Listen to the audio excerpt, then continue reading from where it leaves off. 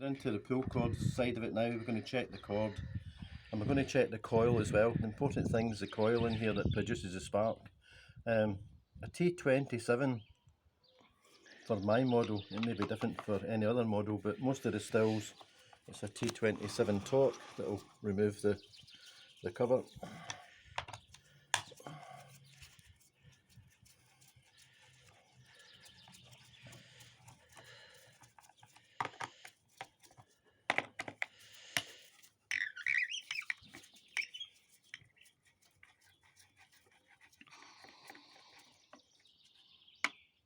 If you're not sure of taking it all to bits, if you've got a mobile camera or a phone, take a photograph of it before you take it to bits, so as you know where it goes back. But I'm pretty sure it's simple enough and everyone will manage.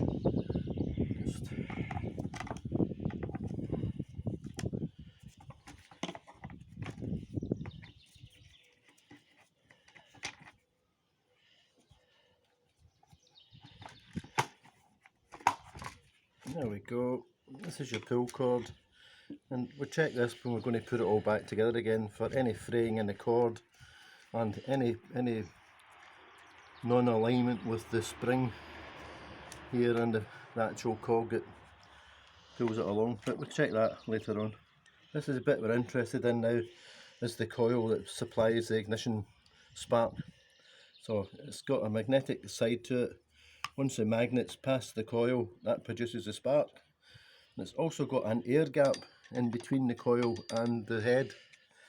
So once you remove the coil, we can clean all that area. If you're not sure, just take a picture of it and make sure you put everything back where it should be.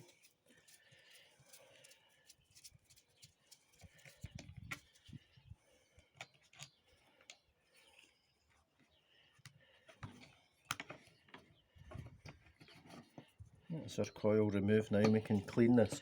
It's important that we clean in here, the surface here. You can see all the dirt that's accumulated in it. That's just not going to be good for you getting a good spark. So let's get rid of that,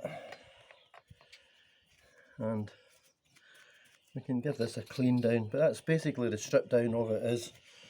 And then we're checking the magnet side of it in here to make sure it's clean as well.